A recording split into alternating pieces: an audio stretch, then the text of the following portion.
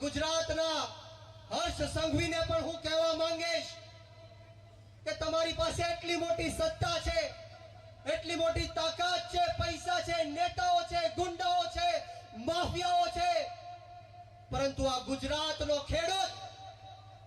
અત્યારે જાગી ગયો છે, તમારી સામે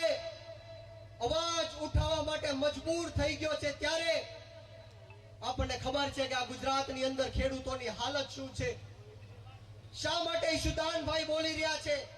શા માટે ખેડૂતો વિરોધ કરી રહ્યા છે, શા માટે યુવરાજભાઈ બોલી રહ્યા છે, ગૌરીબેન બોલી રહ્યા છે, કુલદીપસિંહ બોલી રહ્યા છે,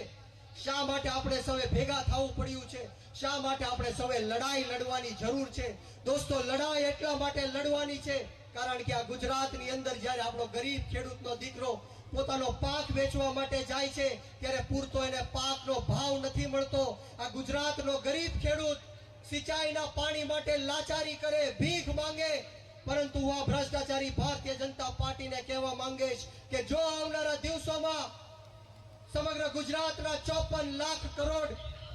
54 લાખ ખેડૂતોનું દેવું માફ કરવામાં ન આવ્યું, ખેતરે ખેતરે સિંચાઈનું પાણી પહોંચાડવામાં ન આવ્યું, એમએસપી કાયદો, કૃષિ પંચની નીતિઓ બનાવવામાં ન આવી, આ 85 ખેડૂતો ઉપર જે ખોટા કેસો કર્યા છે એ પાછા ખેંચવામાં ન આવ્યા, તો આમ આદમી પાર્ટી ઈશુદાનભાઈ ગઢવીજીના નેતૃત્વમાં સમગ્ર 54 લાખ ખેડૂતોને એક કરીને ગાંધીનગરનો માર્ગ અપનાવશે, વિધાનસભા ઘેરશે અને જરૂર પડે તો આંદોલન કરવાની પણ અમારી તૈયારી છે।